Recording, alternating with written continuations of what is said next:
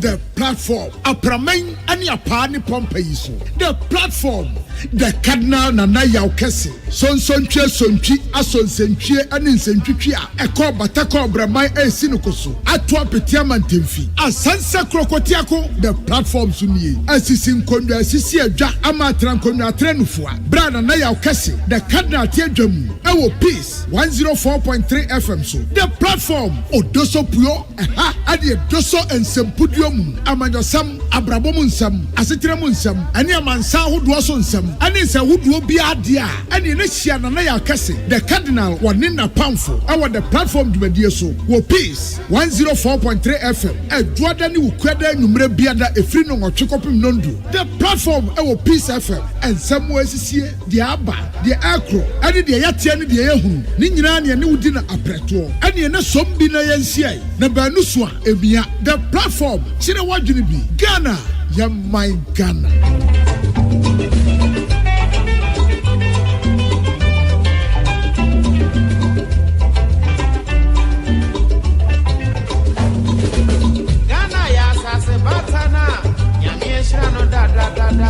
Wamanu niema penyi nala na wamanodo eya sase batana empe oku eji ahobu eni nekike biasi asubie inti asemena use yesu gane yiye anya sape dachi chirima beba bebu yemfo inia susu brebe pebi wabwagana nagana beyo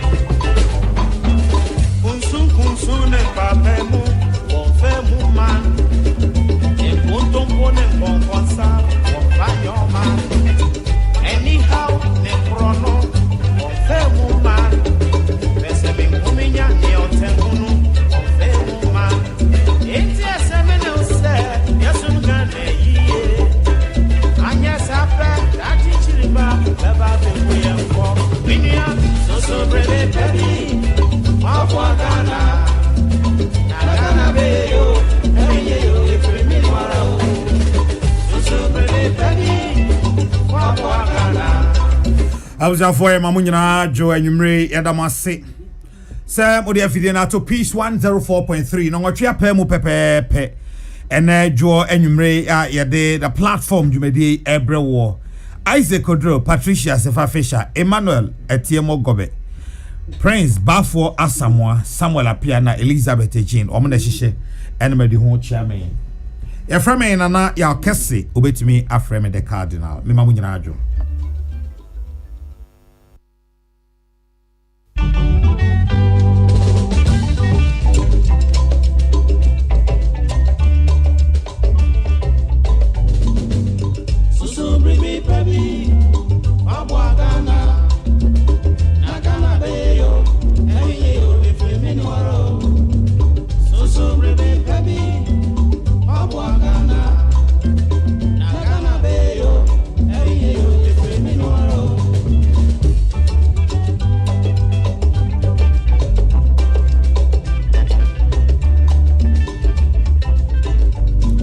Enyumre ya yatranse sana monim se edi adwuma da bia no eye Ghana nti na yatranse ene ye ba bebo enkomo menim se ade ba ko a ye nyina yatwen anim ache se oman ene da omanpani ebebo obi din se omeye aban krachi pani hwan ena omanpani edi dibre no ema no enra afei de bibia atedin ama esei obia ehu babia ojina ena obia ehunu nea omanpani edi ama no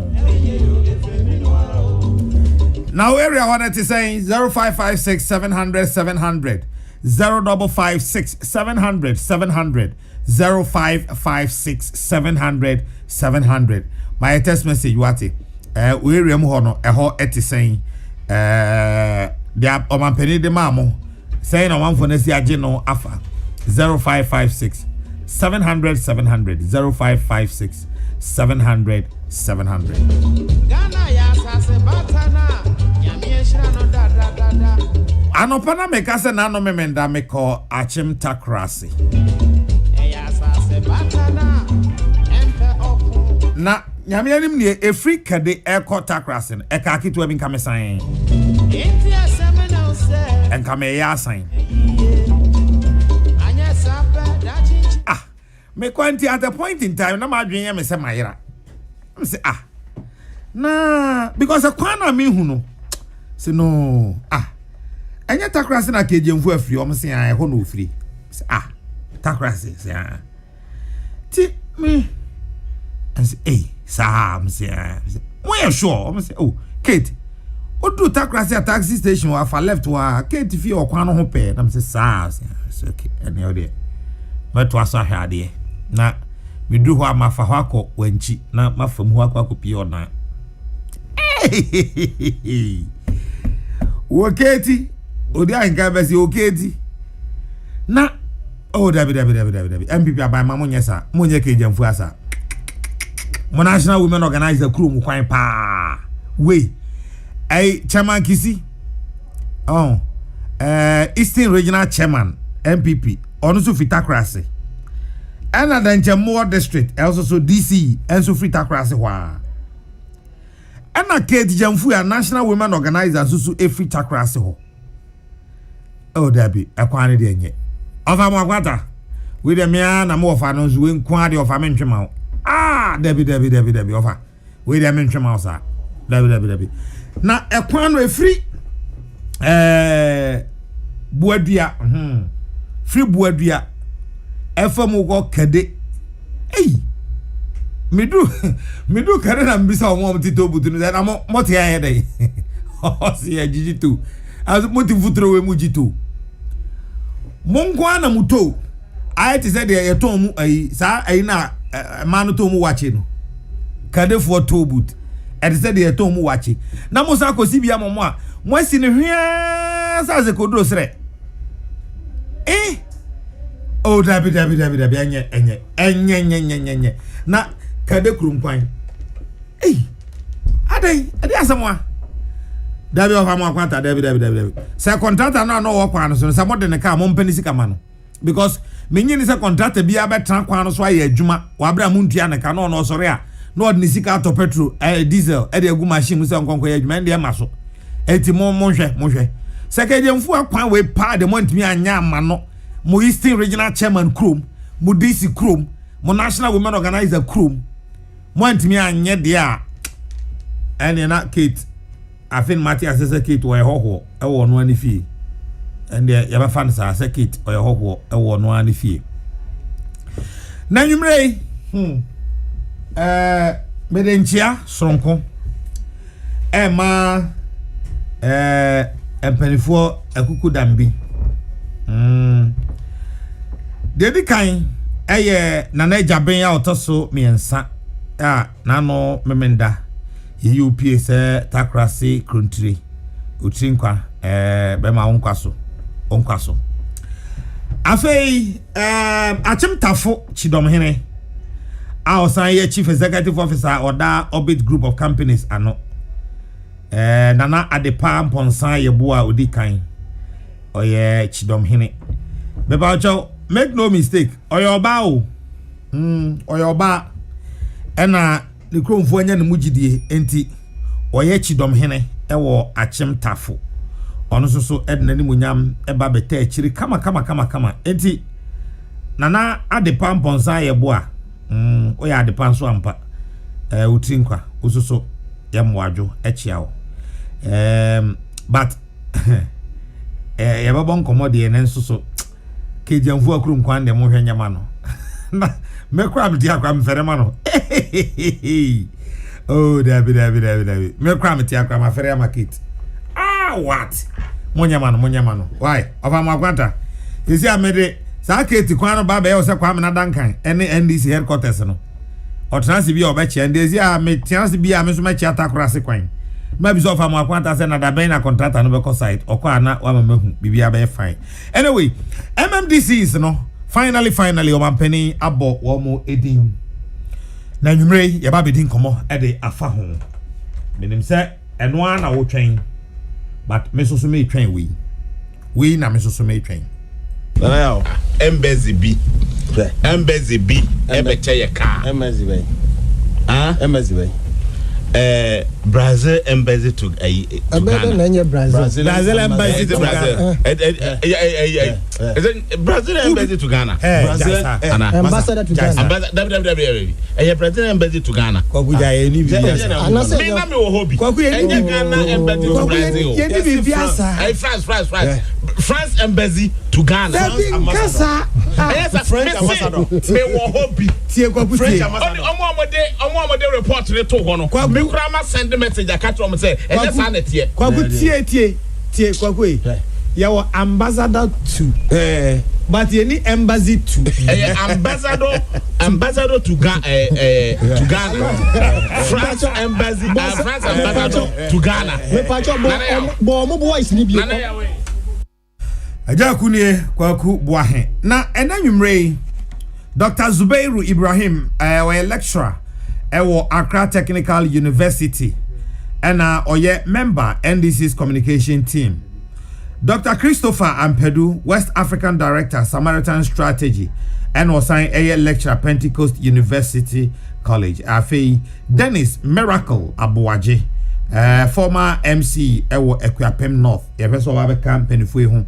Na uja oshe live boko waeku eno ota chiri ho. Oba wa mechi ame intima hu no. Se woti chiri ho ti. Dennis ewa ha sei ena Dr. Zubairu ewa ha ena Dr. Christopher Mpedu so ewa ha. Ewe anu mi ensen ena me ne omo ebebo enko. But before that, me pese me ko menua apia dankwa ho ewo takrade eba. Kwa apia majo. Na what is saying? Nyame adom ne mpa bonti yo abia de ntia maba ho na nwumre ene se efree enra kwasie ya honorable Dambotwe e de list no e ba beto abontere no Nzema East why report bebre e na efree ho aba de edikan asam no pa ye den asamwa e na sabri ya me no e ka say Nzema East e hot say ana me dan se e fo yin na nwumre Between the Chechia and the entity Amanupuno, Echita phobia, a war Nzema East Mensino, Emo, Yaka Nzema East Mensina, the constituency, Evalua Ajomorodra, Mensino, and a baby and nature Mukanefafua, now in Sarasoma Meka to Gablema Feku, now a year MPL, Akonyano, Efrin, and Sa Ekodi, Uranuko, and Sem. Now a hono, Evalue, and Ajomorodra, and him chrono, Axim. Banka Japan notice no your honorable Frank opinion. Ono ena enre unity ankwanku ya yebo. Ame dokas awonye mfishia be dusienum edise. Ombeye abanka Japan e ho na NPP amanyoku no mumba bi ebinom ejeze. Mohwe eduma honorable Frank opinion aye na. Enkonu ni nipo susu se obeboa amanyoku npa esan se no. Seat no efro monsa. Ono mo area nem so mbeta nsa ba be fa ko mse yo mu seat le efro monsa. A honey a trouble be 4 years or most of that. It is the time of 4 years, the dynamic nature, Gatomo life, 4 years to come, no go more better, but in Nemo go be a bit my Jumano, and the honorable Frank of Many, and send that Sam Guango, Gano Efrin and Sa Ama Antidoka Ababefa, and tea. And the 50 Cosiadana, Macham, as I say, women Danumbo, isn't there also honorable Frank of Many, women that every animal Bonaman, they say, Afra.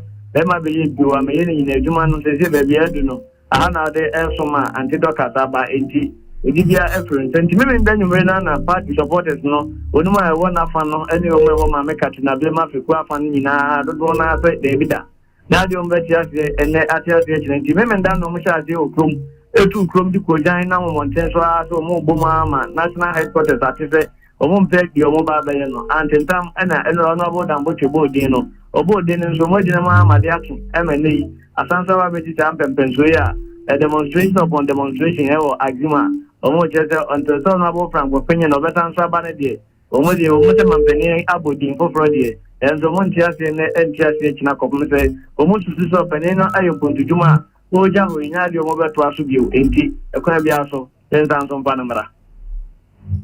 Na apia Zema East on almost opinion, you know, are the almost pensa.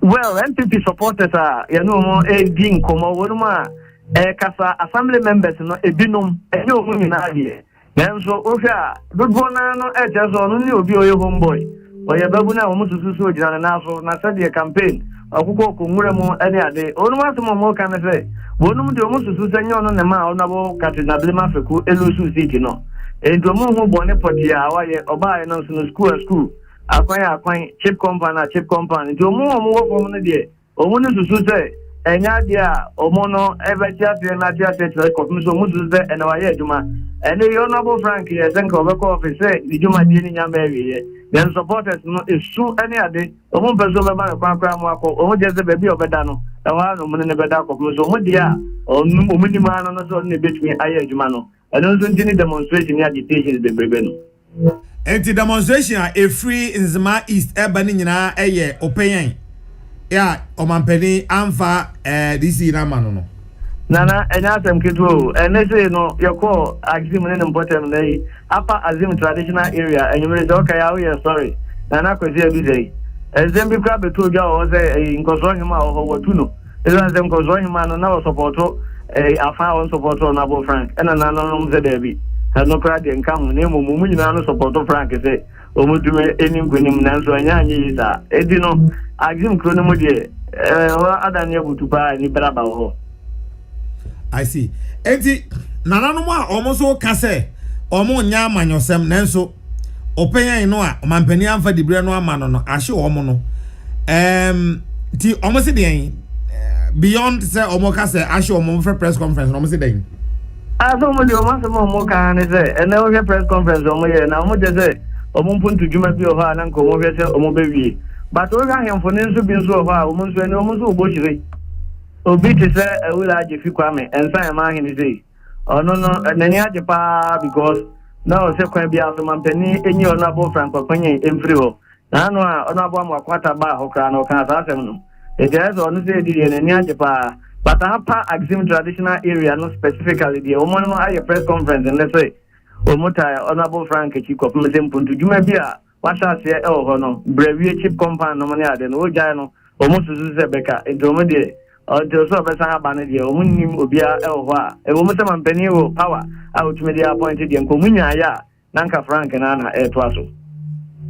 I see. But party for nankasa de omon kan hwe party for nankasa entume emfa we bia mai na de she party for ne se enra na ye bo e radokas ne din no sima beye e bia sape na NDC for the krata ba ya omo congratulate doka say o ma ya de say o mo paye na abemu no say doka no you obi o dem kabo meba ko say honorable Frank na de no NDC for no enye hwe assembly no no ye gigimu NDC for no secretary de release appointment so mo da mampani as say aya de ta ni for de na ba no so na de mpunti ba na one MPP supporters no sana kwa pia nyabotre because sir letter na wo ka no me say but na me nim say e fake enti man share that man credence bia because say MPP ni akwakonya MMDC na NDC be issue statement secretary na John Abugri no because me second statement in fact say na be etiefo be hu de ekoso ntino say National Democratic Congress evaluate Jomorojura immediate release dated Sunday 19 September appointment of Madam Elizabeth Dorcas Amwa as first female MC for Nzema East, a step in the right direction.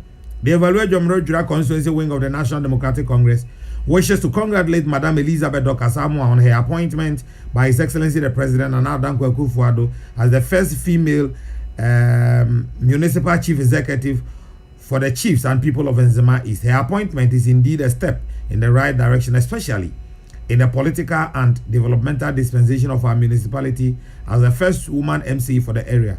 The NDC in Evaluate Jura Jomoro will also use this medium to urge her to ensure transparency and accountability in all her duties towards the advancement and well-being of the people. We encourage her to collaborate with all respective developmental stakeholders within the municipality, especially the Member of Parliament for Evaluate Jomorojura, chiefs, assembly members, and agencies to herald the largest interest of all. We also call on her to use her good office to unite and promote peace among the entire people of the municipality as a mother to help fight for the common goal of all instead of a centered political interest.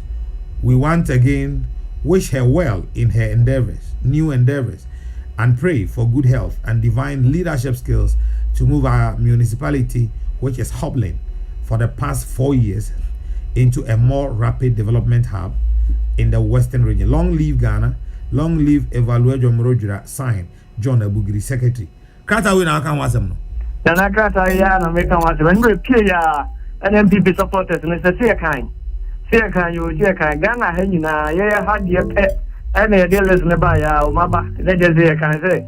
Honorable Frankie flew up. Any baby any dear one almost 2 months to say demonstration no more quiet kasi. Is as almost to say. Yeah, indeed, if when you know it's no BB. And party supporters maybe officially party executives no can be, but grassroots supporters maybe no is to say, when you're roadie, and because why a demonstration could say a bit you matter. Babia, yeah, that's it. Now, as I'm buying now, open one casa and then Nakasa.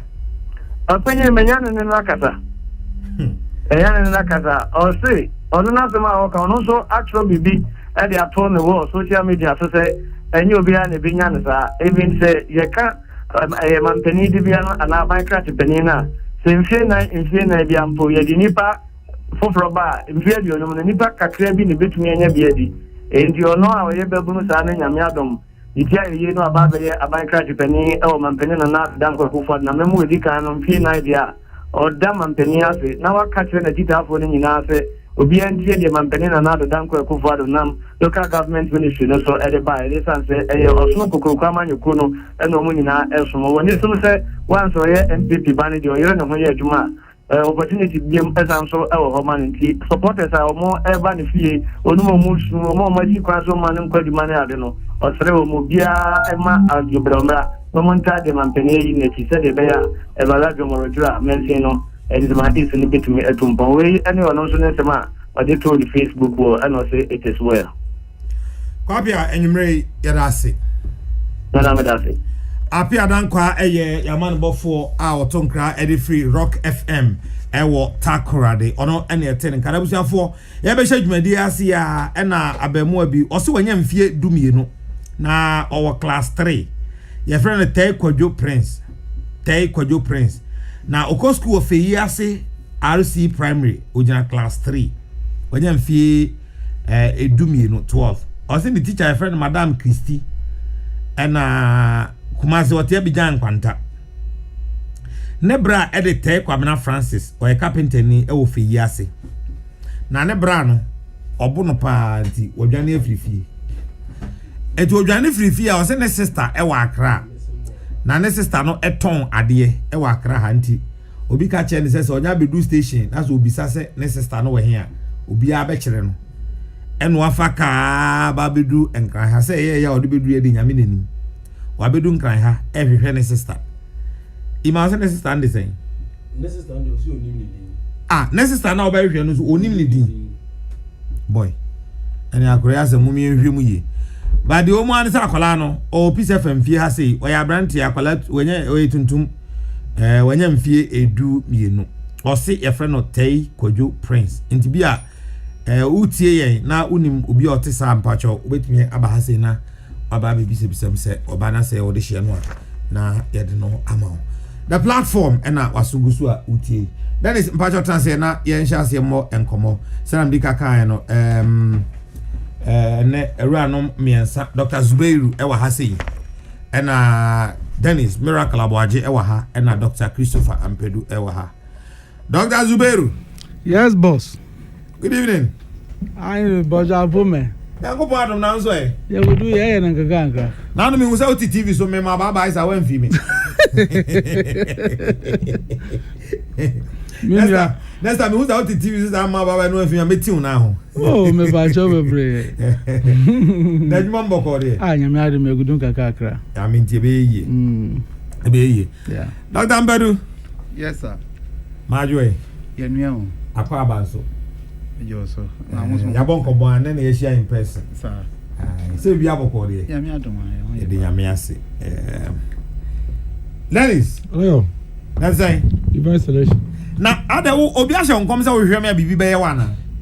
Oh, no, I na ebe kanu. I say I can because a man for you say wo ye menua. But the way I say wo de me nam no. Isaac Oduro tie wa ha na. Oda ko kana say wontu de. Isaac Oduro. Ahe kwa ho. Amade mo Isaac Insano de. Ye yin ko fi de wo kan fi. Ya ko kan fi. Ya ko kan fi. Ene o de bi ya ko kan fi. Let's say. Ya mi ado menua. O ba na people no so to say. Oh, e ho boko. So me say so no gutu to. It's one of those to be top 5 hours don't stop. Hey. Kwa ho no. Every be Kwapem. Kwapem ya. It to be top 5 hours don't stop. 3 hours. Ai. Tosa. It's here the how do when they. Ntin kra de min tra kra. Yeah, hope people na say na ebre. Ai. Any ebre. Me 2 years na me call straight. Ododo me ho. 2 years na copy people so. Ai. Wa ko da people so. Ai she. Ai she. Enen tontom wa ha. Enen tontom. Ya me fa body nchew. Mo block mo gotes. Ya me fa body nchew pa. Mo de dey sisi mo gotes nyina mu. Sa. Ya me fa body nchew pa o. O de nka hwe. Anyway, ya da se anwumre se wa ba be kai ho a enyina ye be bon komo. Na enkomo nso efa Ghana ho ene ne nkankro ho. That is me pesa me no efri ase wo de why MDC da me kan simple MC me say MDC why MC da na unim dynamics a e was a game we mu ene ade listen no last time I ba ha me no bita so pa because na me no ye nyadwe me face abaya wa wo de amamu tumi ama ho de after 8 months de na say watimi ayi MMDC eno abaye mas mo bi guy na ne da ya na de ba de ne na nka bon ntem ne enko e ba bie so ja ba enden enye yen sam na tumi no that is eto saying Brazanel me chia etiefo nya na me chia doc no professor the doc na titles me ni you no man ko mistake a doc na me chia Kwapem North na nanom the next month na ya shas ebedi your festival so ene Kwapem North MPP ye registration into your bestre obi ambo de no nkocho ndin na na ya me hu list no na dodo na so minimum but so ka say ededa na me no ya yen oh na say list no wo hu so hu statistics no at least wo hu some unit e say ededa na na that list new entrants inquire almost about 130 na say new that endorsed genuine they will but almost about 50%. Almost about. Yeah. How are you? Almost about 50%. So I guess 128 any maintaining or any your friend say 132.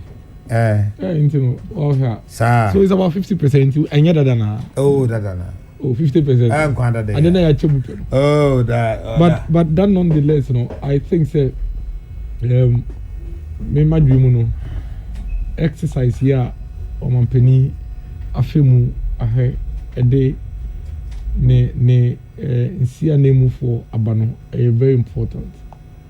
very important to both Ono as president and yenso as citizens because at the end of the day say we are mampedi wo my we mu na o hwese na structure ne tia when nya representative or no betumi ene wadwen akopem krum na owo nimdia ekwechira wadwuma yeni na be kwa aha na kwese wo de kenten essence wo enti a very important say evema o mampedi kwa na waye we decide dwuma no but ye kai ye ko be nyina no na ediyen ese akọ the critical conversation a kwan ye fa so ye di yen district chief executives and municipal chief executives as whether as a mine no the ye necessary no is sustainable and say and yes sustainable because so long as any pa ba ko pe na ho de na dwuma say nipa 260 no mo ye adwuma ma no nkwa de say ya na be why you are there 4 or 5 months but there is no way you bet me nya senia ye pen no e kwan ben na ye be fa so na you to me a move on from baby away. I think say beyond sir appointment, you know. In Quebec to me as a country, you know. Yama we the very last time you be put your home through this particular difficult moment. Because men say a EMPB at Waba. In fact, and now menu himself call parliament. You bet me appoint MPB power was MPB power they but what to say I hear demonstration TMP at Wabamanda. And now will be a question party office and I say Akoshi police station say Atuaba because the people believe say omo no makwa jina ballot box no hakwa Tuaba eyi nipa no and say nipa no yo say on yo omo nyina agitum say ya ne akoche ya dream but in this case obi feel say na say me de menu aba ho na me no be kai enti no me no buy na kai na also de be man into one farmer na de na me ye demonstration bi obesisa wadwen even though over the years no ya demonstration ya shishe ties ya mean who president so far we MC and DC be out of demonstration ties she enti no waka so when endra mo ye demonstration ti na me sesa no me de me nyanti bi and yet people keep on doing it because they feel say in their minds no nipa ba kwa na me no bi no mtra so no mo yes am take his decision and no enti no man pen na na dan ko ekufa de de on why insist yem pe kwa ye be fa so a ye nyina ye de adwen be ko bankuru mu na ye yato aba ye chief executives fast forward me there I think say sebi me nim say na me kan say you sebi in classism me to be kan say sebi in classism say net 2021 ubeko akogina ka akoyemu asesa ties ene ndua ene dade se ukobubu dan ukotwetwe nipa ukose normal because wadwimu no nipa na nka opese ye de position bi man ya fa ma no na ya de ha me kra ye reasons ye omo ascribe no na we de wa bre na we de wa ye adwuma pa o na we de we see a whole lot meanwhile no the same person now no so onya position also won peno no ono so we chita for also the same district nim district bi eni ho kuma unnya nipa be 400 500 da mu qualify so buka so bia amre bia but at the end of the day no nipa ba ko pe na on betumi de adwuma na yede amono me hwe appointments na do aye na brofu mu no minister of the translation na me am say or pursue stability and continuity and consolidation say opese na dwuma na wa sha ase a oye no opese gina opese otumi sinipo consolidation na kan say no na o ntipi njame they be say na consolidation when ye vocabs like as you opese dia wa sha ase so oye no etumi nya ntin na gina like etumi nya roots na etumi gina so na continuity otumi to so pepepa enkoye dey enkokochia until they do our obeka say bia dada na no but strategically so we say there are other places or some strategic changes ewo ho all you know no me dey besre we nye ade a obeka say obeku nipa wo ho ana say obese ejapade wo ho ewie na me kan obebi say sa political appointment we no enye edwuma ye ka say me so me dwumani eye service eye etu ho ache eye osom na menti bi da say ade a wo so pese osom na wonya ho kwan ansom a enintu wo ko ho ntokwa ade na yosom na wonya ansom a wo ko ntokwa na force say be som me osom mpo de senka minim senka your how but in this case no you have people who are fighting over it, destroying things, violence and all of that. I think that is needless. Thankfully, this time Crampo the assess are effect no fem kakra than previous years. Say wo yes no normal way in area possible search na bi nipa na wo say no mama no when ya na ne be china one ha na beton na so and we've seen several examples of people na ka previous one fit say nke so munya appointment do munya this time mama ba benya niama na wo say no so nipa na beton na so ono a necessary or sign be no CC sa no man na nya bia say midway na say won so nipa na ebo ni din a na say nkrofo start some more react in this manner. How would you feel? These are some of the things I'm say esi nyina ye dwe ho na ye ti ase say ye nya botre na ye ma obi a chance no so embra embembe som enya de a after all obi wo ha ye retain no in the next 36 months or na dwuma ba wie ono kwa de okoso ba fam on to me san ba be ye bio no be from so ba ye hwe dwuma ye ya ye guso ye ya me de minim say MPP aka ye be 8 years bi de ba beto so enti wo nipa na wo nya nene no ye mompae ye ho ne nka ye ho mu ne ye adwuma den adwuma na ye be na ehu be hia the longer we stay in power by doing the right things for the people of Ghana no the higher the chances are obi also be to nya kwan no so ye dey ache ne bobre na ono so dia som onero yeah Mate Dr. Zubairu MMDC afidi aba me nanayo the issues of local governance no actually the way omorane managing no most of it no I doubt whether actually say pese Ghana tumpo and I lost interest somewhere along the line when it comes to our local governance.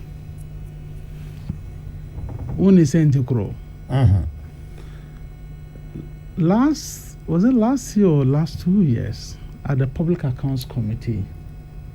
Public Accounts Committee. As in Krugwa, I think the municipality is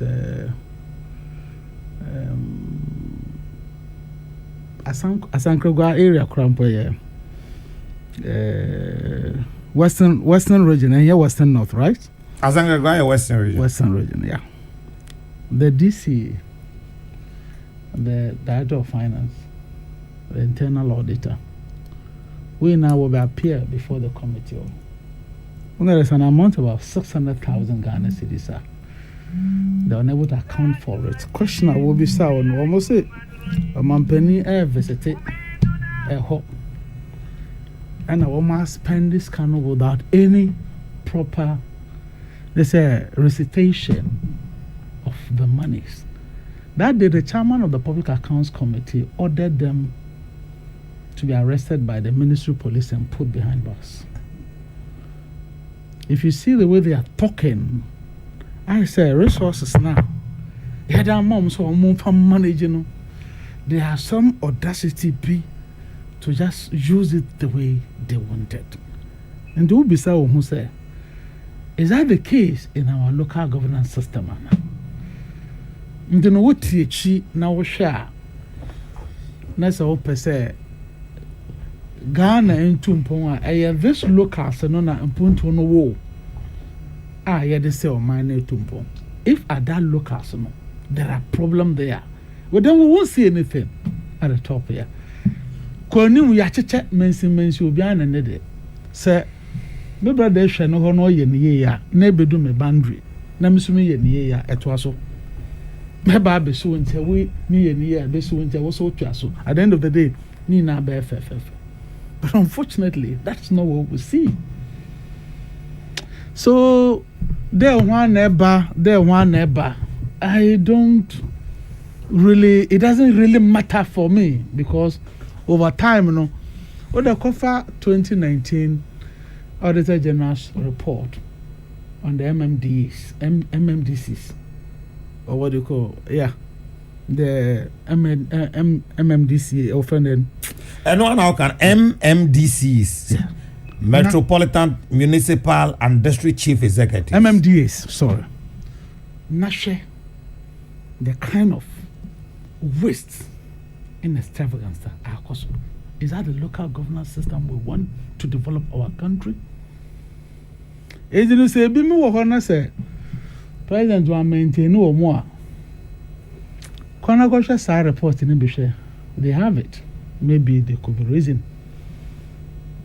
Maybe Musuho or Moya no Troka against their own candidate for the election nti any reasonable leader biano wo ye DC na watena ho na wo MP lose ne say definitely and ya dia obese am kwan say sanso bra and all these factors that have been taken into consideration in coming out of this list yenya no me say wa bebo at the end of the day so oni pa kono beba na resources na yeda hye say so on from managing ne mpeswa so nu tumpom magana for na wo ho no no be ye dia. What's my problem? Me no problem ho kra eno ne me masema me wa me tuma aka na enwumre na so nipa ne te ho na so hu say na anse mu ne brother kro wa appoint no ha dey na onu ye DC wa akonya appointment fofo bi wo obeya na oye no ma bi a ono abe DC was a bank crash penny wo local na ontumi ya kwa wonim Ghana for yansamka. These are some of the factors a push a man for bebre into some of these things a creative problems but say yem puntunu say be hwe ne I believe that when we take the Local Government Act 1993 Act 462 replacing with the Local Government Act 2016 at 936 now. Who said there's a good intention for the development at the local level, but unfortunately, is that the practice? And any issues ever can do whoever comes. No baby, I don't really have problem with the people. So we balance the resources no be here for the good of the people there. Why not?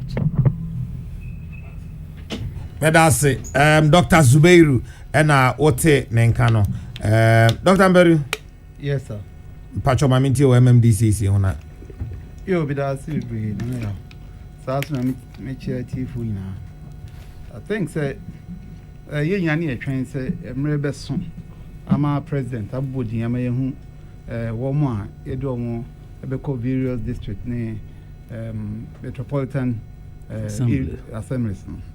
Enti otwen mu a ye wo na ne che say president abobodi nti ade a ya twen ache ninka president abobodi ninka ni yi mo an say waboboyi afedie edi ni jebi de akomato yem beba ama nipa timi ahwe senia omo bebo homodene ama various district assemblies no ne metropolitan areas no so akoso because ye kan me hu ni say a post to be and I say nipa bedi na ode akukoti seba na akasesem na mum o man no enkoso o man no empuntu eti e kan governance at the grassroots level me say yes district ne metropolitan areas wom ene wo fom ho a obi hu okwan be fa so a be kokan enti ne president be appoint me gidi say obi to be underrate president the capacity say to appoint the right people enti no die it lies in his bosom say nipa omo say nipa omo fata nipa omo betima ye adwuma no omo taking into consideration and sana president make appointments enti ni yem pa nsenka ye nyina betima ajetumu na osoma omo abesom ye nmu e che say ho na esi eni ekọ na ye hwe senia omo abesom oman na senia MCB me bra di kan ye no say am papa say yet say adwuma yi enye post na mum osoma aprapre bia eni ho because o ba besom na nipa ba besom die o pra besom because idea will be in person different no so ye akwa ana osomfo na so ba bibimam na Ghana ha ye kan leadership aya meaning ananti ase aye wo leadership na different from near ye kan aha no say obi a leader ana si obi a MC ana si obi a district this year just a post a tumi a power a authority a akesisem a tumi obetimi e dia konetamfo na we yiri krafi ho enti ebinom so kyerɛ sɛ ɔmo hwɛ a in fact wohwɛ nea ebinom koraa keka ne nea ɔmo yɛ wɔ ho na ɛno kyerɛ sɛ ei obi enya appointing sa kyerɛ sɛ ɛne yɛyɛ yi yɛyɛ hia nyinaa ɛtu betwa if say nipa president appointing no na obegyina president na mu ɛwɔ district and as the metropolitan area no kyerɛ sɛ ayɛ sɛ sika nyinaa adwuma nyinaa contract nyinaa ɛnam no so and in fact yɛnim sɛ saa ɛna yɛhunu no na yɛ so unfortunate sɛ yɛamana koduru saa mpɛmpɛsoɔ no because yɛntumi nte agitations demonstrations amanfo yɛ ɛne ntɔkwa a aba ho offices a yɛhyehyɛ ne wɔatim wɔ akame a aba appointment until sɛ yɛbɛhu sɛ appointment nipa no bi aniwa a wɔde hwɛ no no ɛnyɛ sɛ ɔmo hwɛ sɛ ɔmo ba bɛsom Ghanafoɔ na bom ɛyɛ post a ɛyɛ akɛsɛm ɛyɛ sika ɛyɛ power tumi ɛno nti no sɛ yɛpere no amfa maame na ɔde ma obi a ebi a ɔdɔm me support na ɛne nea mɛyɛ bia ma president wasan sɛ wɔn adwene na sɛ nipa no appoint na maame ama yɛ no ɛno enti aprapra aba no for me nea me hu kan ne sɛ yɛnya nte local governance no ase yɛnte aseɛ because sɛ yɛhwɛ sɛ ɔman Ghana ɛne ɛnɛ ɔbrɛ yɛ wohwɛ ohia ɔbrɛ amaninya ɛne nea nipa famu yi a yɛhia nipa a ɔmbɛ si abanana mu at the local level na ɔma atumi aboa ama Ghana akɔkan ama Ghana akyɛn so na mmom sɛ yɛanwe sɛ nipa a wɔn abɛsom yɛ na mmom nipa a wɔn abɛ nya post ɛnya tumi ayɛ akɛsesɛm na wɔn de adi yɛn so a then ɛno nko a destroy nneɛnti a local governance no ɛwɔ hɔ enti for me ɛma awerɛfoɔ sɛ president kɔbɔ din ɛdin a yɛatwɛn abrɛ sɛ ɛnɛ ɔmo bɔ maa kyerɛ sɛ local governance yɛnya MCs ne district 4 a ɔmo bɛdi nkɔsoɔ ɔman no nkɔsoɔ na ɔman no kan kɔ anim na yɛkɔbɔ din a ebinom ɛde ayɛ demonstration taa hyehyɛ ne nea ɛkeka ho na ne nyinaa ne sɛ aniwa a yɛde hwɛ saa adwuma no na ɛyɛ awerɛhoɔ because nka me deɛ wopɛ adwuma a ɛbɛma wo sika ana adwuma a ɛbɛma ɔnya post kɛseɛ na watumi ayɛ akɛsesɛm na watumi ashow wo power the best is sɛ ka wobɛyɛ wo private adwuma ɛnyɛ aban adwuma biara sɛ civil service sɛ public service aban adwuma biara yɛ ɔsom a yɛde som ɔman Ghana ma ɔman Ghana ɛkɔ kan nanso sɛ yɛasesa no sɛ ɔsom no nipa adwen post ɔdwen sika ɔba bɛnya ɔdwen power ɛbɛbɛ ne nsam ɔdwen akɛsesɛm a ɔba bɛyɛ ɛba saa ne yɛ sɛ at the end of it no ɔman Ghana ɛlose sɛ ba ne saa no ana at the end of it no na ɔman Ghana ɛna ɛlose Dr. Christopher Ampedu ɛna ate ne nka earlier no wate Dr. Zubairu Enka ɛna Miracles Dennis Miracle Abuaji wate ono so enka 0556 700 700 0556 700 700 and on the test line yede eye adwuma na na akase the cardinal as an advocate for the welfare of Aben Waha Pajoim Papa akokrabi mo mama kan man why which is part of Accra. I have for some 10 years now through Kokroko been calling on those concerned to do something about the terrible roads and most importantly the absence of drainage system in the suburb, but all to no avail. The bad nature of the roads has been responsible for continuous damage done to vehicles and splashing of muddy water on newly painted walls or houses, not to talk about splashes on people passing by. I repeat, I am referring to Aben Waha and Adenta, Dr. Amwako, and now what do we say about Betum?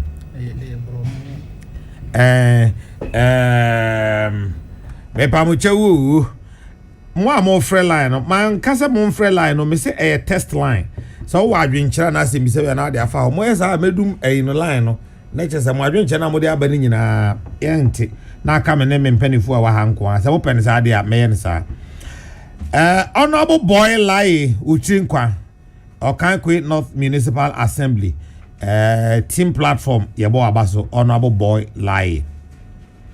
It is interesting listening to some of the commentaries. You wonder if people have principles. You wonder if people have principles and they are doing politics of convenience. But then, country broke, country no broke, we all day inside. Say Obama and Odiwe ebaye na okay mama he say moja free de metimi akan de mode aba no so kakra na sana oh mesi munya efre na na mokra mo asem ti say ya munya efre munya na menya kwan fanye madwuma why me pam chaw mesrɛ mo a munya na me de fanye madwuma eno apɛ na mpɛ me ye okay Doc, o ma ba ju so munya ma me fanye madwuma nto de mo ma me mra mo member me penifo no na now then is as my year kan nyina no it leads us to another important area okay yeah be 2016 or so time many year regions no 15 and 14 new regions no new regions no na say 2019 okay oh say yeah ba be esa regions no as part of the proposal no nanka ye kwa ye be to aba e de kire se ye pene so se ye nyi aban ka chimpanifo anase ye mpene so ena eja ye politics tantantan ya ye no o mamu ha sei koko wi ase no ndc for se da bi o mate o mo ho o mo de o mo ne aban no nkosa akwan ne biom ene ade koko wi ase enya maso onyi ni se ebredu se ye san kofa sa asem no ba ne ye de to table no so na ye nyina ye dwendwen ho because show baby ti say me cross me ha me asuti south president wakoho da okoye campaign en ko okoye utwam do nanan mabudwa en o trase na montoma me na motoma me amemo kwan ma mo me sei pa oko tie de na president koko hu say obi wo ahafo me ha me efe na ya okese na akwa we migidi say obetimi aye adwuma no de ama no not to talk of Zabzugu, not to talk of Tatale, not to talk of Binduri and all those Puziga and all those areas. Ebren soin se yankasa no yebese dis an komono bio na yama ye ho kwan na ye yankasa ya kire nipa ye pese odi so argument that aba against suggestion we ba ko ne say ya van say voter region wo se even though MPP na tie konya so but enye likely say yakokoto MMDC is na MPP benya bi intino e ba sa no a aban no so ya ban ni timo odin a on fasika nko e ma sa MMDC so no so de aye adwuma me pa cho o ka de ne fa na me have been an advocate for sa MMDC elections in fact ye be ko ye preparations towards referendum me de me hu ji mu den because my baba tears here about be who say ye two Obama MMDC is a solving your baby. Apart from this appointment, Bruhaha Ukraine, a bit deep in decentralization proper, especially when it comes to even the control and the grips of the central government on the local government structure and the issue. And by way, Akada say, on you're interested in holding on to that power. And now, so MC and not DCE, Sa Ghana, your current dispensation, who Emrano ha a boy say 5 years juma ba untumi mfa year juma because really no structure na year run is here no the center has absolute control over the bottom. Entina so what ni pa ye kasa ye say omo ye president representatives, so really they are not the people's representative. And that's all. MCs, DCs, no. Omo nye the people's representative. But I will hear person and can you design local governance structure now. Because so much me represent the people, no more driving the people for development. Now me what me akwa kwotena district be. Now me represent the president. me represent o bɛka wasɛm a so long as me say me satisfy ɔmampanin na me ɔyɛ okay me nso me yɛ okay ne deɛ memfa ho yɛ hɛ enti na me deɛ and you see one of the reasons why Nana Dankwa Akufo-Addo champions are there because of baby onu free by obey president no ɔte adeɛ n'ase he was in parliament for so many years he understands what goes on at the district level enti apart from say appointments and say we yɛ kɛka ho nankasa no MMDC is nankasa na wo ya to abama no ebe free o na wetumi ayɛ den ayɛ adwuma yɛ ka about resources out say me MC na me Obota region na say me NDC ana me MPP o de me MC wɔ Ashanti region na me MPP na NDC aban na wɔ so a o say obo physical mmerɛ me nti ase the implementation of that structure no will be completely different because yesika na yɛ de bring on this level no emra bi da ho emra ne kyerɛ sɛ sika no ba e say yɛ de bring a certain percentage ni ade it is yato abama me na sɛ me yɛ NDC ana MPP na sɛ aban na wɔ so no yɛ ma ban a me wɔ kwaya me fa so metumi ne mra age na sisi a metie yi sɛ wɔ NDC aban na wɔ so na sɛ wɔ appoint me as NDC MC president nso yɛ NDC ɔno nso na yɛ appoint me a na sɛ ɔmfa me sika mmerɛ ɔso me yɛ ndɛ mefa no kɔkɔt me nkɔ ndɛ na deɛ sɛ deɛ kyɛ ɔbɛyi me di so I just say and these are some of the reasons why the president Nana Dankwa Akufo-Addo thinks he is here to about because the effectiveness of the local decentralized system no it will not be there until these MCs and DCs will be free from the center now structure here away me structure here away crampo president through a local government minister I will supervise the local governance structure or science war regional minister or no regional coordinating council sometimes me say makasa me say na regional coordinating council na local government ministry no majuma na kasa no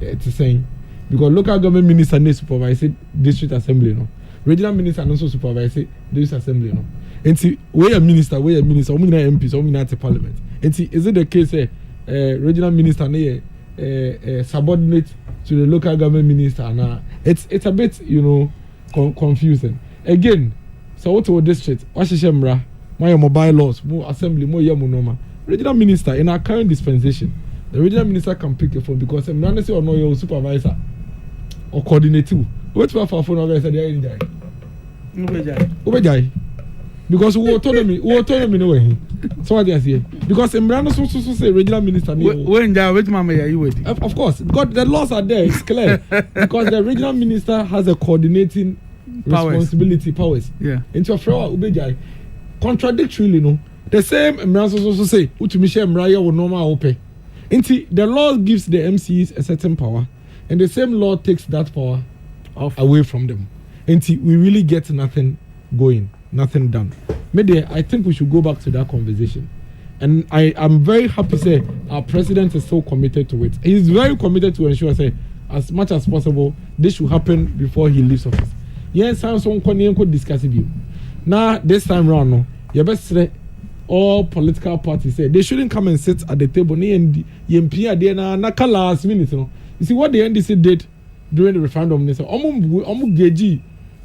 temperature na de na ya de na kwakopem na ka last minute e kwakoto ba no you last day no gauge temperature almost said no the way are there two things see to me cut through processes successfully the government of the day takes credit for it that was one of the motivations the government of the day is going to take so much credit for it number 2 the very first elections of MMDC was going to happen under the government of the day.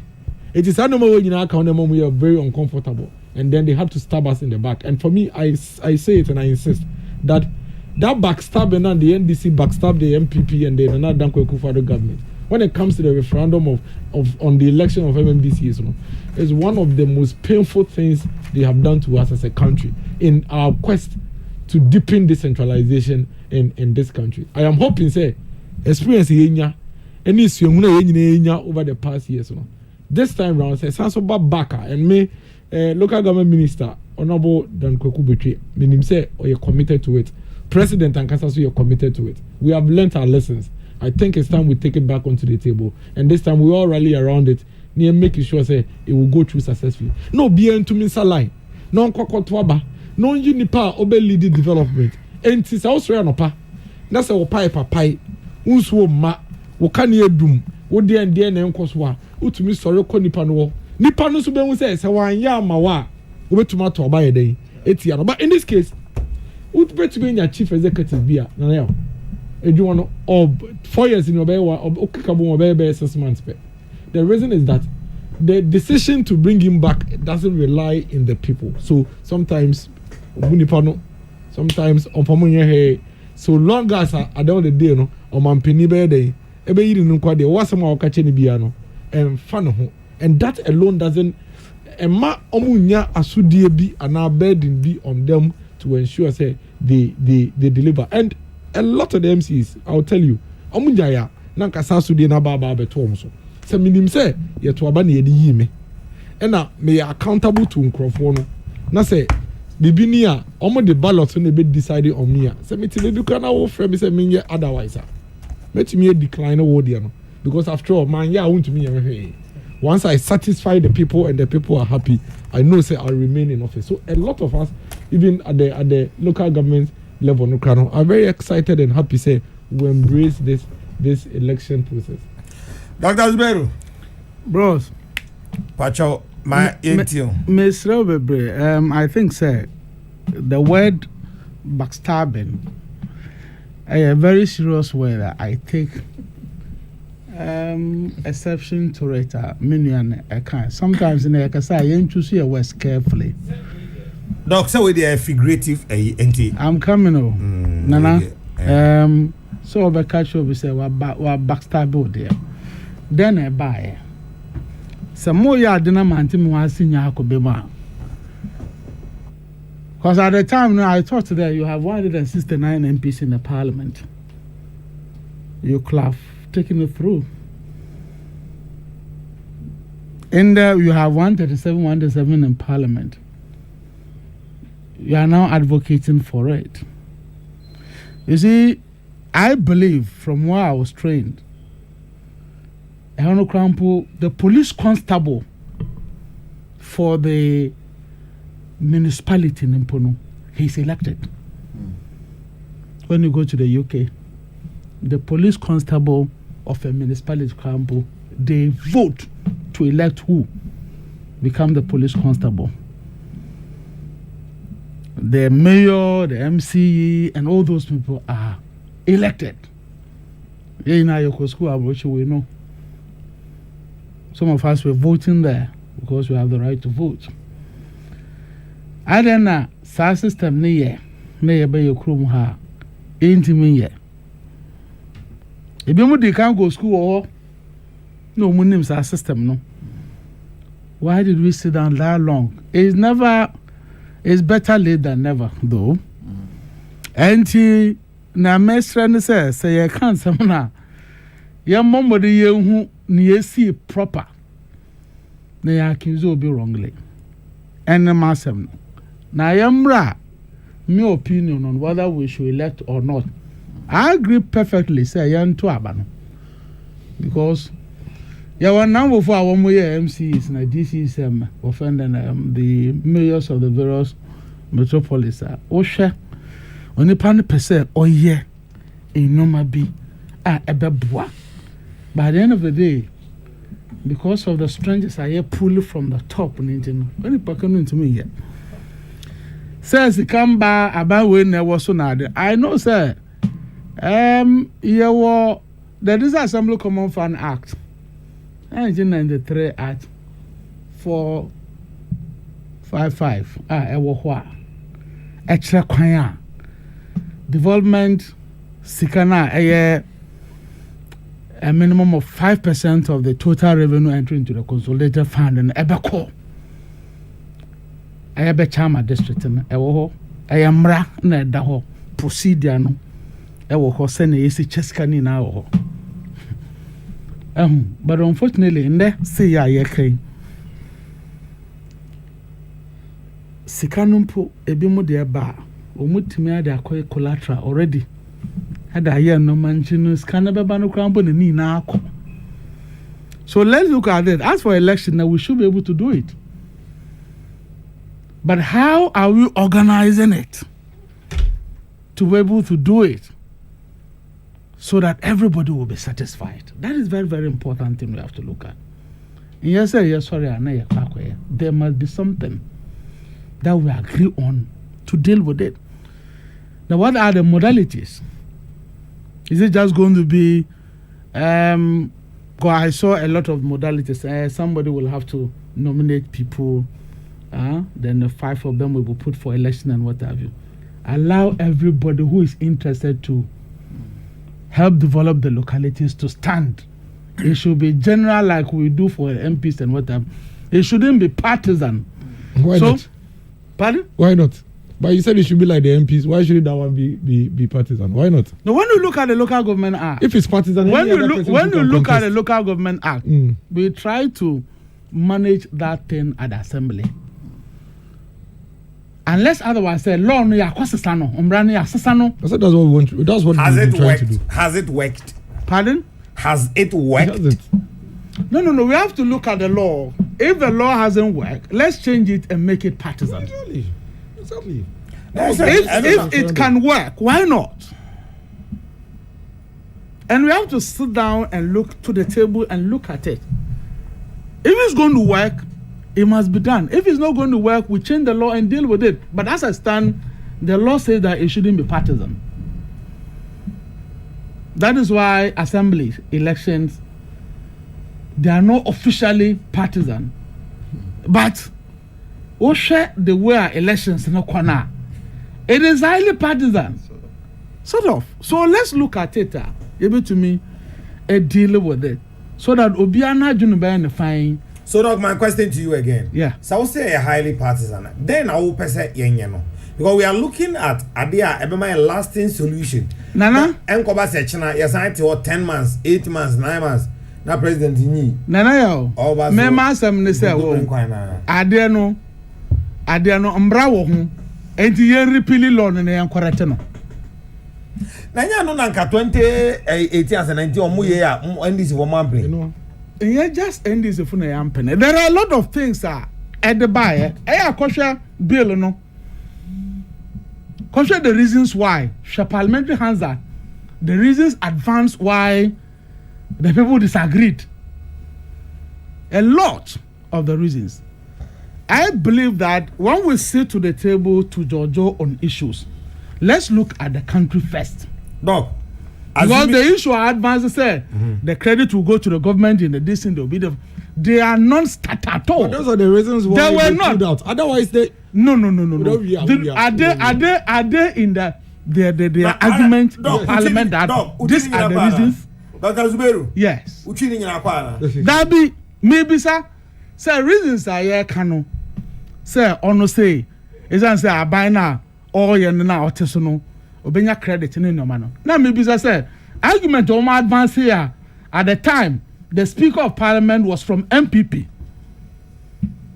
I went to me and overrule some of their argument. I allow men to call Kosher parliamentary hands us no more. Now you speak to the issues. You have the issues. I have the issues. What I said. When you finish, I'll go through them for you. I'm surprised there. And you know, now your boy is saying, now you can baby. Until and now make catch us say, when we want to resolve issues, we don't tackle them from that parliamentary or from that partisan divisions. The moment we do that, you will never get anybody to agree with you. Who you be not knowing agree. Because me say we are highly political. And many Americans say we have to sit down and hold on to have consensus. Everybody must agree. And this will be on Tiasia. Men to me was I never say, oh, yeah, okay, fair. Nede Bufuaba.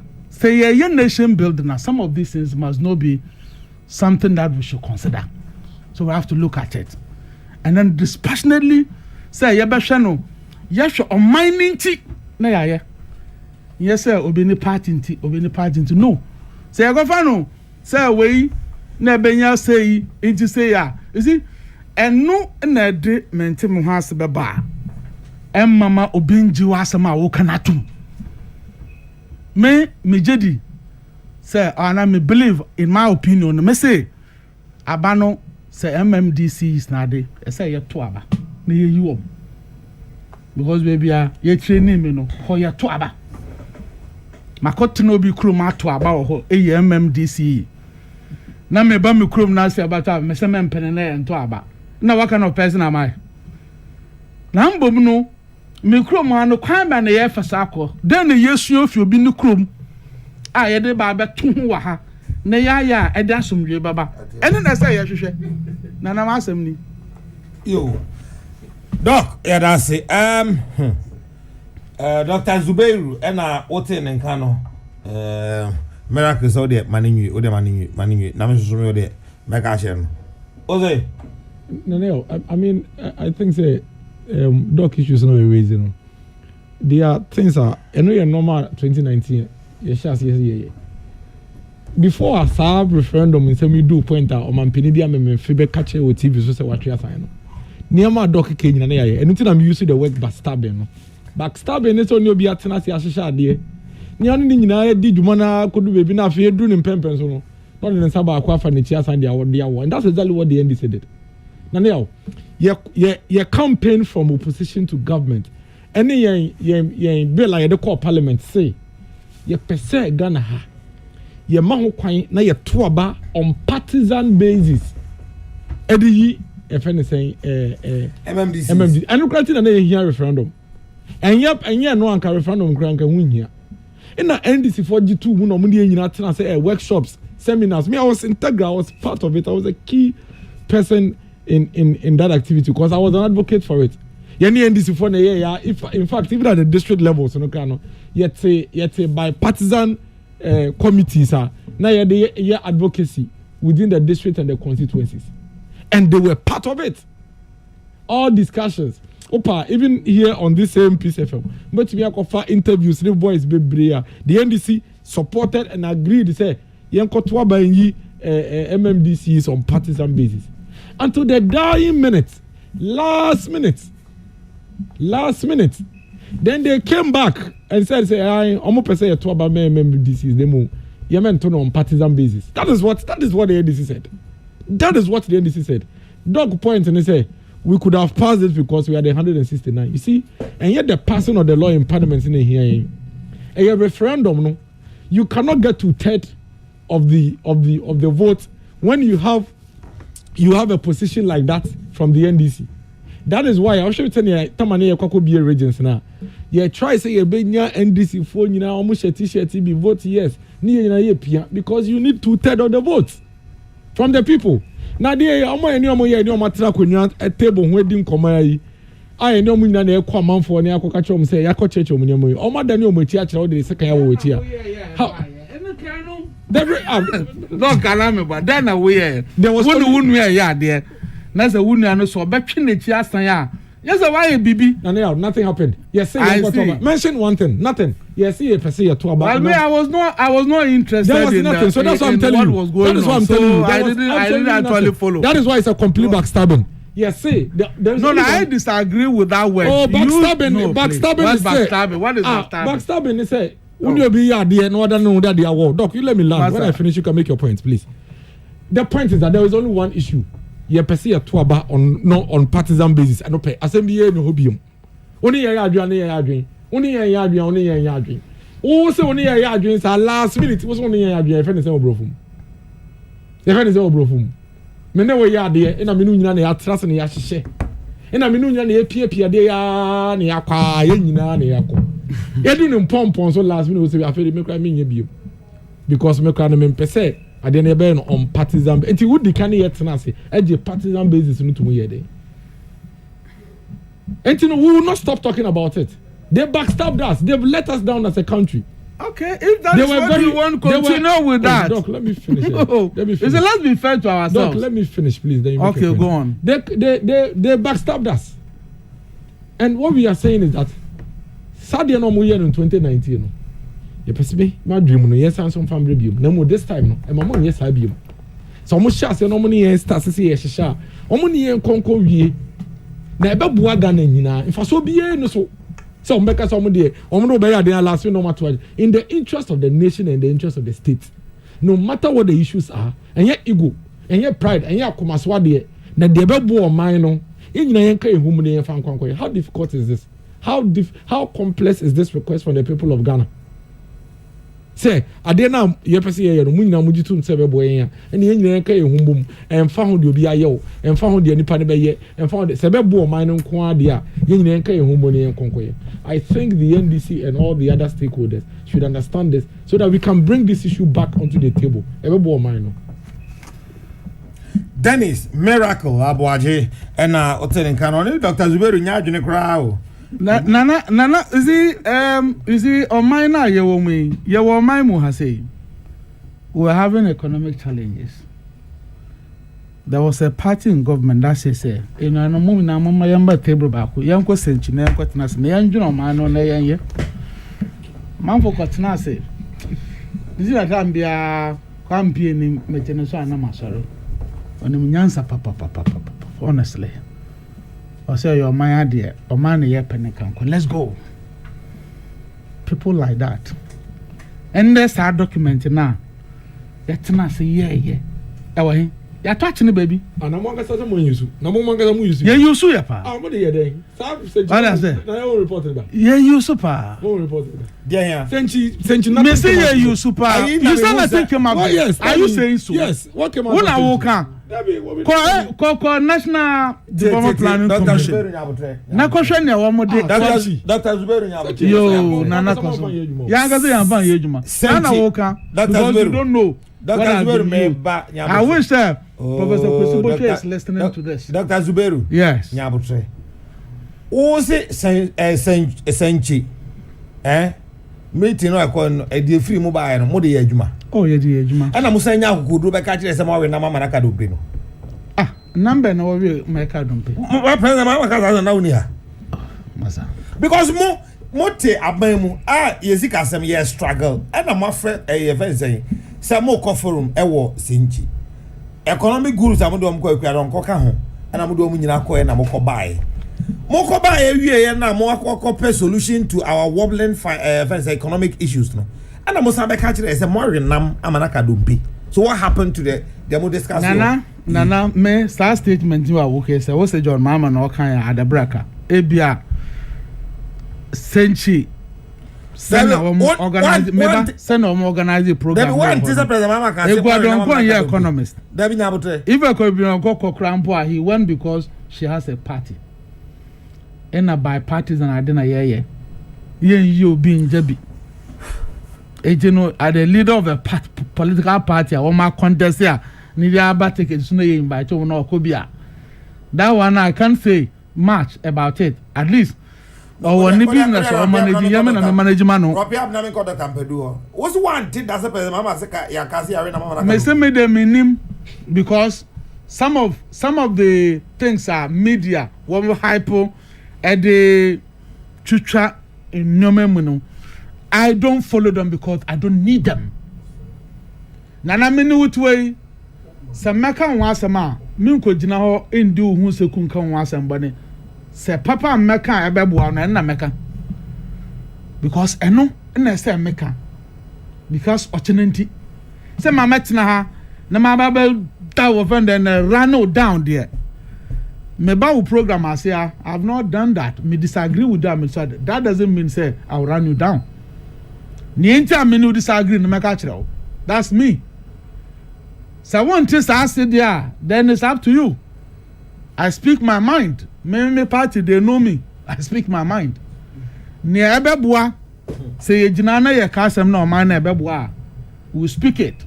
I ebeboa man no. Me nko nko say me party nti. I will be saying say nana you were over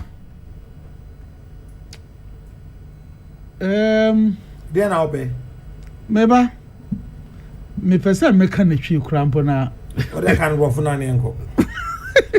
I can't go for nani uncle. You see, we are blind lawyers to the parties at the detriment of the state. That blind loyalty, no, and no. And I call see and then I am a party position near it. No matter what is the national interest, and I'm found that blind loyalty. It no say Kwame ya there. Nasa minim say Kwame adia oye enye. mene ne bekasa Kwame Sadie embo man no by example all satisfied party ni na my di na me support no that kind of loyalty embo man no Mate Eric ya me uncle etino na Eric ye no enye me to me kan chan say Eric Sadie we enye embo man no ntine jai na yan show man interest esan say oya me uncle enti. So point is so doc point is you know what I'm trying to say is say niedi nya kase wo man ni mu e brand loyalty Mate mama ko Dr. Mpedu mi we say me bana time mu a ye besan ahwe what blind loyalty is in this contest na ahwe Dr. Mpedu me bisa say unyi ni say braso say sign dream kwa ye fa so MMDC is no hu bi yo bi da si bebre me say nia Dr. Sibero ekan that blind loyalty che say your political parties no e chen o my Ghana na no party and me gidi say Kamara president ba say to local governance so aba no for me one of the best thing managing who say be sakra politics ye o man intini e hwe kwan say nka ye nyina ya di unko match ka emra dru emra son say ye nyina ye di adwen be ma na afi ya sesa constitution mu say be ya wo ma mo represent here not only say assemblymen kwa na emum no wo ma mo ye MCs na DCs for no ye betimi atom so aba enyo mo kwa in fact one of the things me dwen wo say one of the best things anka beto Ghana and abe ba yen so enye even MC ni DC for kwa senior bomb yes kai time beba to say army commander and now say IGP sensitive positions like immigration penny ne custom penny yen ma politicians for enka politicians for enomo appoint na mo for mo kwan crofo e once they are loyal to the president or to the political party no aya ni emfa ho say omo be di nukre ana say obun be o man hu be hia wo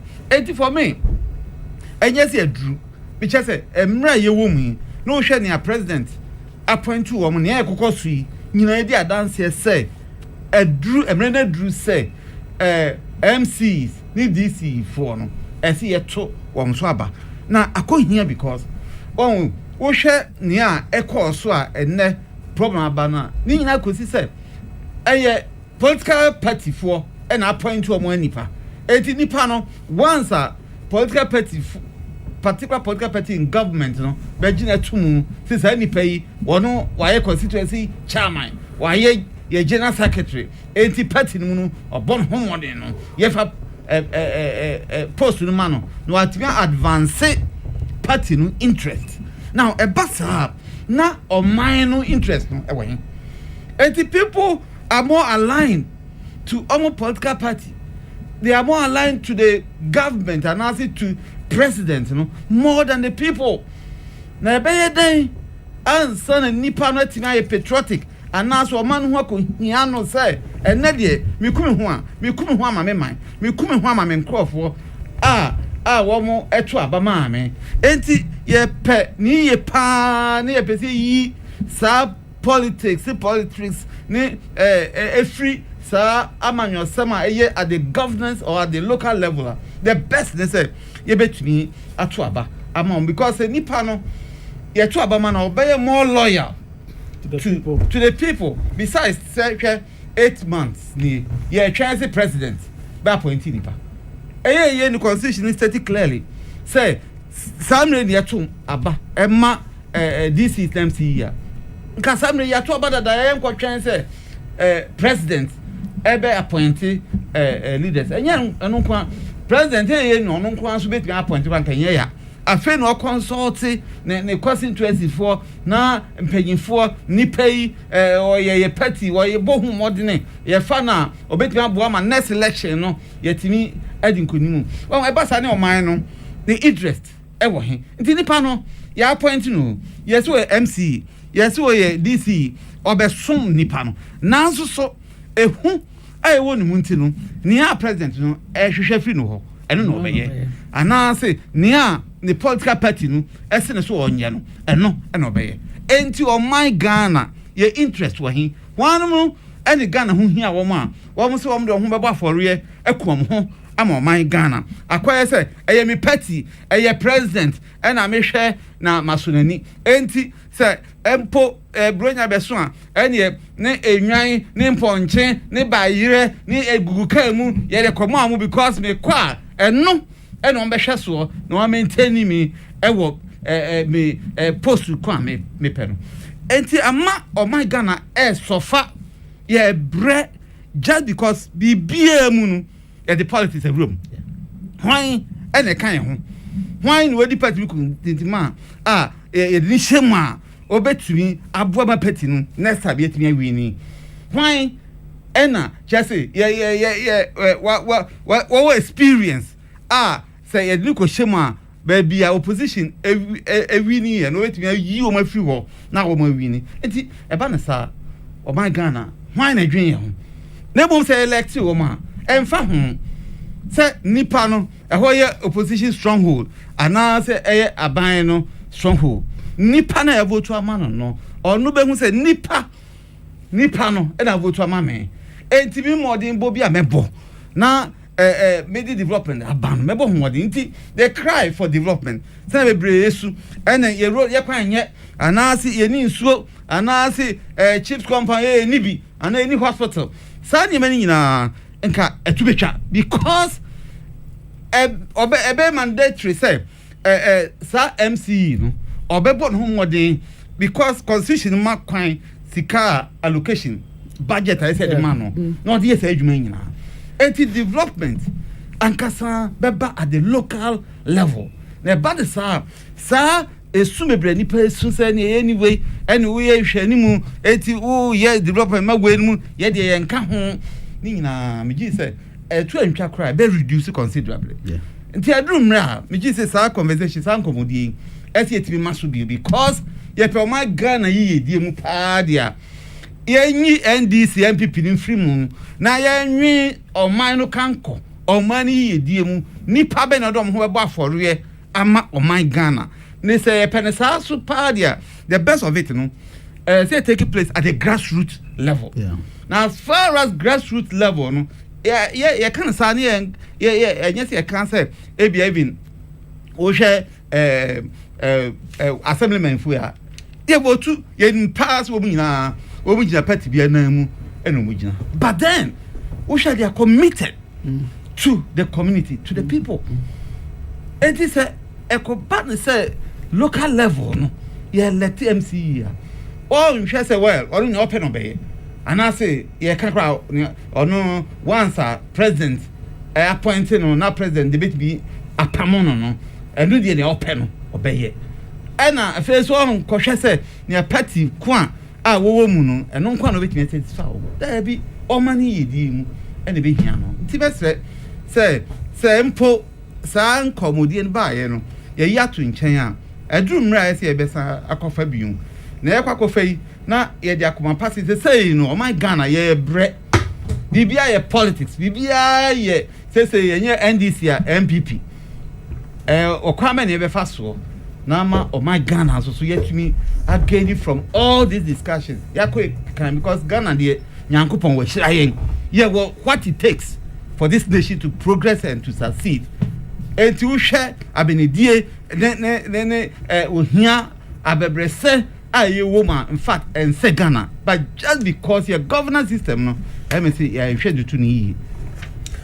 Yeah, I'm sure Anthony, Dr. Christopher Ampedu, and I was here for Akasima Enum, na about non do near the platform you may about Navy. Dennis, Pacho will be able to Akatuana. Oh, the mechanism made a book 24 and another Danko for the platform and bombing numbers, especially me. Eastern region, you know, MMDC and ABA. They say me boost your phone, no, with your permission, any doc more permission, no. Achiase, Richmond, Amponsa. On look at the dean of the MMDC is our Eastern region. Me born abaso. Alaji Bodinga, the first vice chairman of the Eastern Region MPP. Akosia Sabia Anna Buakwa South, Isaac Ofori Kore, Afram Plains North, Ivan Shein 3, Afram Plains South, Set Break Kwine Ofosu, Denchembo, Akotia, Berima Ewa Esiedu Sapon, Miami Kapem North, Bonabaso, Frank Edu, Kapem South, Opasasiano Akohonu Ebri, Alesinkum, Asembanso Akroso, Samo Kwame Jekum, Esujamai, Kwabena Penny in Kansan, Etiwa East, Seta Santi Etiwa West, Josephine Uku and Sa Ayesuano, Victoria Du Brim Central, Raymond Nana Damti Brim North, Asare Danso Brim South, Charles Ohine Trineboa Etafeno Se Court, Frontier Kwa North, Ernesto Fosu, Frontier Kwa South, Seth Inchubuesi Yako East region on Kwa. Maybe Isaac Japan Kwa East Eya Betifi, Emmanuel Ata Ofori Senior, Yao Ouswado, Simon Eye Lower Menya, Setodro Eye Asamankese Eye West Hakim, Comforter Santi New Jabin North, Isaac Apau Jesse New Jabin South, Isaac Kojobo Aben in Sawom, Paul Asamoah Achemansa, Daniel Kenneth Ado Okre, Margaret Dakun Suhum, Joseph Sam Upper Menya, Eugene Saki Upper West, any erected Yellow Kobo. The SNSA, Honorable Assembly members, some people who bomb Emenoko development no sisi ano a competition a speed say nyame adom no be pie edim o assembly ho a yenka ehumom yen build the consensus na immediately no yen confirm yomo no muntimi show mo adwuma se no mo fa empuntu na e koso wo man mo bia nso nya bi enya ne chefa e wo ne omomante mo Martin Dr. Zubero. Yeah, last time me buy and nana make assembly about the promise to build 350 senior secondary schools. Yeah, Mubarak no work catching say and no correct. Say I want to look for the video and I send them out. So I promise say me buy make one some. It's me say o confirm say video no hu yana. Na me send them out no. Mpacho video o ka so be send me video bi but Isaac catch them so wa send the video no. But me sanka. Won share. Okay. Me send there. Obi o you o share phone no. Mo share ma. Because me send there it's on YouTube. To check out you will see it. All I can say is the MMDCs I appoint to no. Congratulate to them. So measure say or mining punto at the local level no. Ebe for the people. And not say ombe ne ompe. Na resources are ombe be mom so no. Ombe manage no in the interest of the people to get the development at the local level. Because if Okaukwe is developed, na Ablekuma Central is developed, etuem, and you see it going. But baby, nyana baby ya, it doesn't work well. You can feel and can cry here where baby ya fine and could be happy. Nina boils down to the local level development. It's a right. An issue I call. Me that's it. Adam Beru. Yo, no, better was silly. I'm say, a better president as say, on my DC and MC for a best assembly members, no senior, Minia Dennis account say, Randy, a tiakra, into more modern say, or more beshe, now confirm or money, teach pa senior, Doctor's Bureau's account. Or my man no canco, no money ye, and who here more than or more petty, idea. A best father, they back one commercial president, council by say, teach you a man, a ma MC for the commodores on Kakra. But we shall a 2 pet and only I can the previous one. I dream rap, as here to me empower the highest in history. The highest, why I do, but would become one because on also what that had said, obey empower man more. Oh, see, I can't man, I check. Meanwhile, man, so much chance. I mean, say, or more of money deal a bit to me, a cocaine, ain't a better presidency.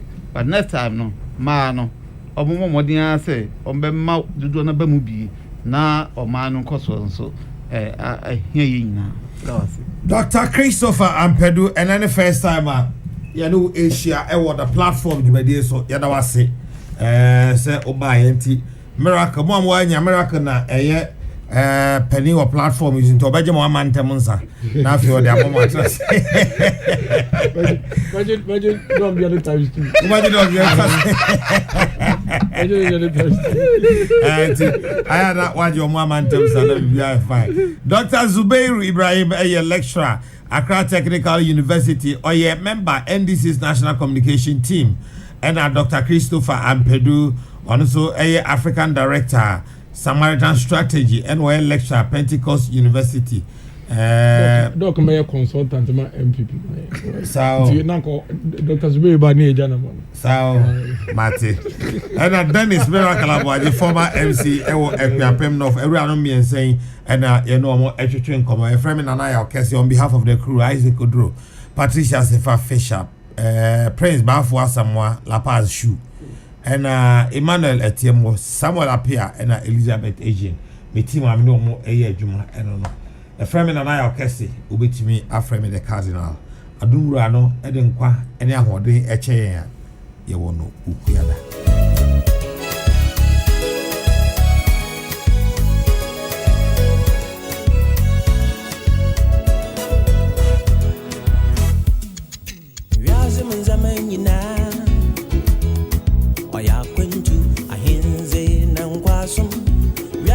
Zaman no mu nyipe nyina obi boko obi abo